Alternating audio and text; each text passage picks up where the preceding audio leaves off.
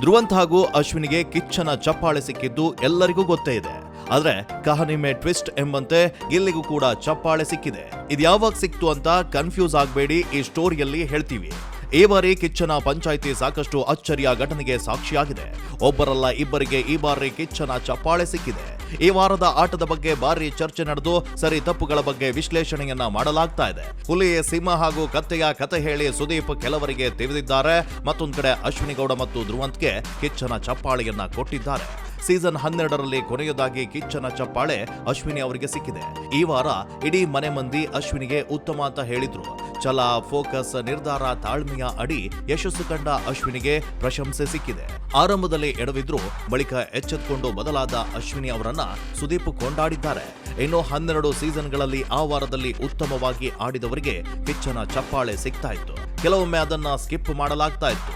ಆದ್ರೆ ಇದೇ ಮೊದಲ ಬಾರಿಗೆ ಇಡೀ ಸೀಸನ್ನಲ್ಲಿ ಅತ್ಯುತ್ತಮ ಪ್ರದರ್ಶನ ನೀಡಿದವರಿಗೆ ಕಿಚ್ಚನ ಚಪ್ಪಾಳೆಯ ಗೌರವ ಸಿಕ್ಕಿದೆ. ಧ್ರುವಂತ್ ಆ ಪ್ರಶಂಸೆಗೆ ಪಾತ್ರರಾಗಿದ್ದಾರೆ. ಆರಂಭದಲ್ಲಿ ಆಟ ಅರ್ಥ ಮಾಡಿಕೊಳ್ಳಲು ಹೆಣಗಾಡಿದ್ದ ಧ್ರುವಂತ್ ಬಳಿಕ ಆಟದ ಗತಿಯನ್ನ ಬದಲಾಯಿಸಿದ್ರು. 2 ವಾರಕ್ಕೆ ಮನೆಯಿಂದ ಹೊರಬರ್ತಾರೆ ಎಂದುಕೊಂಡಿದ್ದವರು ಫಿನಾಲೆವರೆಗೂ ಬಂದಿದ್ದಾರೆ. ಹಾಗಾಗಿ ವಿಶೇಷವಾಗಿ ಕಿಚ್ಚನ ಚಪ್ಪಾಳೆ ಸಿಕ್ಕಿದೆ. ಇಡೀ ಸೀಸನ್ನಲ್ಲಿ ಅತ್ಯುತ್ತಮ ಪ್ರದರ್ಶನಕ್ಕೆ ಧ್ರುವಂತ್ಗೆ ಕಿಚ್ಚನ ಚಪ್ಪಾಳೆ ಸಿಕ್ಕಿದ್ದು ಗಿಲ್ಲಿ ಅಭಿಮಾನಿಗಳ ಬೇಸರಕ್ಕೆ ಕಾರಣವಾಗಿದೆ. ಧ್ರುವಂತ್ ಖಂಡಿತ ಇದಕ್ಕೆ ಅರ್ಹರಲ್ಲ. ಅದನ್ನ ಕೊಡುವ ಅವಶ್ಯಕತೆ ಕೂಡ ಇರಲಿಲ್ಲ.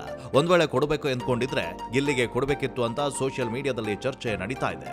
ಗಿಲ್ಲಿಗೆ ಕಿಚ್ಚನ ಚಪ್ಪಾಳೆ ಸಿಗದಿದ್ರೆ ಏನೋ ಇಡೀ ಕರ್ನಾಟಕದ ಚಪ್ಪಾಳೆ ಸಿಕ್ಕಿದೆ ಅಂತ ಕಮೆಂಟ್ ಅನ್ನ ಮಾಡ್ತಾ ಇದ್ದಾರೆ. ಸೋಷಿಯಲ್ ಮೀಡಿಯಾದಲ್ಲಿ ಇದು ಟ್ರೆಂಡ್ ಅನ್ನ ಹುಟ್ಟಾಕಿದೆ. ನಾನೇ ಮೊದಲು ಫಿನಾಲೆಗೆ ಹೋಗ್ಬೇಕಿತ್ತು ಅಂತ ಗಿಲ್ಲಿ ಹೇಳಿದ್ದಾರೆ. ಇದೇ ಕಾರಣಕ್ಕೆ ಧನುಷ್ ಫಿನಾಲೆಗೆ ಹೋಗಿದ್ದು ಇಷ್ಟವಾಗಿಲ್ಲ ಅಂತ ಹೇಳಿದ್ದಾರೆ. ಕಾವ್ಯ ಹಾಗೂ ನಿಮ್ಮಲ್ಲಿ ಯಾರು ಸೇಫ್ ಆಗ್ಬೇಕು ಅಂತ ಸುದೀಪ್ ಪ್ರಶ್ನೆಗೆ ನಾನೇ ಅಂತ ಗಿಲ್ಲಿ ಹೇಳಿದ್ದಾರೆ. ರಕ್ಷಿತ ಕೂಡ ಇದೇ ಮಾತನ್ನ ಹೇಳಿದ್ದು. ಆಗ ಸುದೀಪ್ ಯಾವುದೇ ಸಂಬಂಧಗಳು ಮನೆಯಲ್ಲಿ ಬೇಡ ಅಂತ ಸಲಹೆಯನ್ನ ಕೊಟ್ಟಿದ್ದಾರೆ.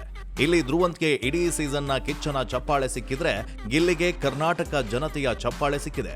ನಿಮ್ ಪ್ರಕಾರ ಯಾರಿಗೆ ಚಪ್ಪಾಳೆ ಸಿಗ್ಬೇಕಿತ್ತು ಕಮೆಂಟ್ ಮಾಡಿ ತಿಳಿಸಿ.